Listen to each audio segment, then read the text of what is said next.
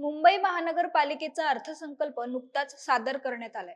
2025-26 या आर्थिक वर्षाचा 74,400 कोटींचा अर्थसंकल्प हा आतापर्यंतचा सर्वात मोठा अर्थसंकल्प आहे। शिक्षण, आरोग्य, पायाभूत सुविधा, हवामान, घनकचरा व्यवस्थापन अशा विविध विभागांसाठी मोठ्या प्रमाणात यात तरतूद करण्यात आली आहे। यातील काही प्रमुख तरतुदींबद्दल आजच्या या व्हिडिओतून समजून घेऊया। नमस्कार, मी अवंती भोयर आणि कॅमेऱ्यावर आहे नितेश काळे। गेल्या वर्षीचा मुंबई महापालिकेचा अर्थसंकल्प 65,180 कोटींचा होता।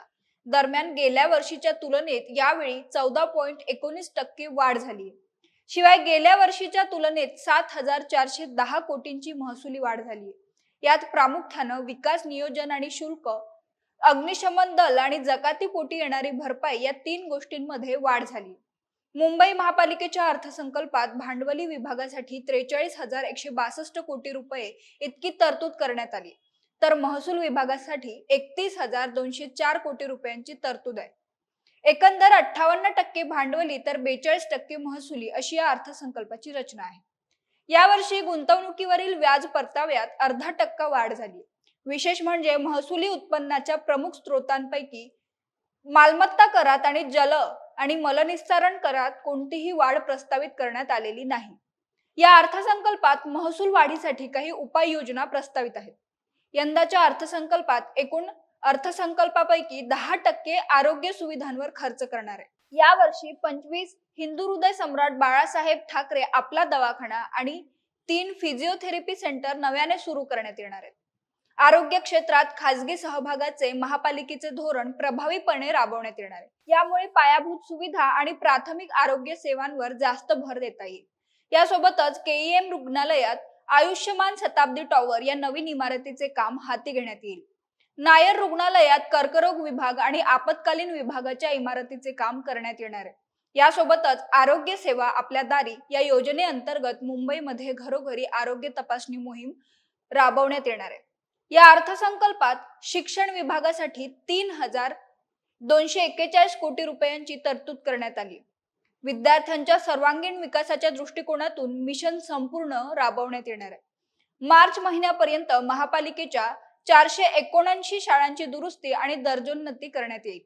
पुढील वर्षभरात वयोवृद्ध नागरिकांवर जास्त लक्ष केंद्रित करून 30 लाख नागरिकांची तपासणी करण्यात येणार आहे।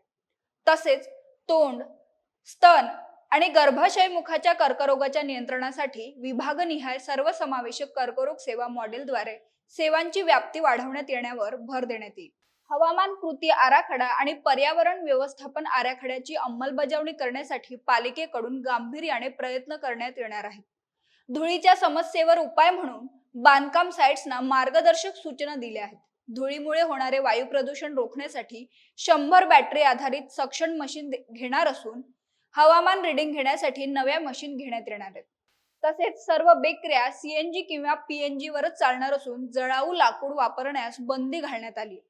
यासोबतच नागरिकांना आसपासच्या परिसरातील वायू प्रदूषणासंबंधी तक्रारी नोंदवण्यासाठी मुंबई एअर ॲप उपलब्ध करून देण्यात आले।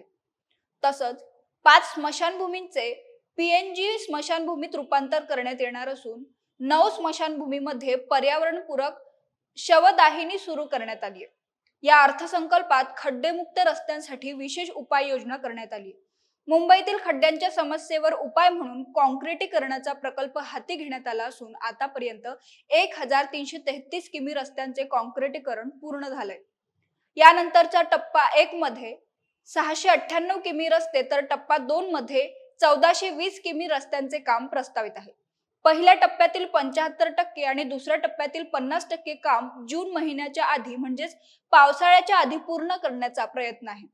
31 मे 2025 पर्यंत जे रस्ते 100% पूर्ण होऊ शकतील तेवढेच खोदकाम करणार असून अन्य खोदकाम न करण्याच्या सूचना महापालिकेने दिल्या आहेत। वाहनतळावरील पार्किंगसाठी एक ॲप तयार करण्याचं काम सुरू असून पुढच्या 3 महिन्यात ते कार्यान्वित करण्यात येणार आहे। तसंच रोबोटिक्स कार पार्किंग तयार करण्यात येणार आहे। घनकचरा व्यवस्थापनासाठी देवनार क्षेपणभूमी इथे कचऱ्यापासून वीज निर्मितीचा प्रकल्प सुरू केलाय। महानगर गॅसच्या माध्यमातून याचा पुढचा टप्पा सुरू करण्यात येणार आहे।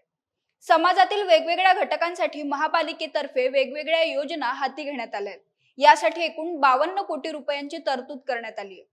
मुंबई शहरातील कोळीवाड्यांच्या विकासाकरिता 25 कोटी रुपयांची तरतूद करण्यात आली आहे. तर बेस्ट उपक्रमाकरिता 1,000 कोटी रुपयांची तरतूद महापालिकेने अर्थसंकल्पात केली आहे. या अर्थसंकल्पातून सागरी किनारा मार्ग, पायाभूत सुविधा, उड्डाण पूल यासह विविध प्रकल्पांच्या कामांना मंजुरी देण्यात आली आहे. मुंबईकरांना कमीत कमी खर्चात चांगल्या नागरी सुविधा पुरवण्याच्या दृष्टिकोनातून हा अर्थसंकल्प सादर करण्यात आलाय. तुम्हाला याबद्दल काय वाटतं ते कमेंट करून आम्हाला नक्की कळवा आणि महा एमटीबीच्या YouTube चॅनलला सबस्क्राईब करा. धन्यवाद.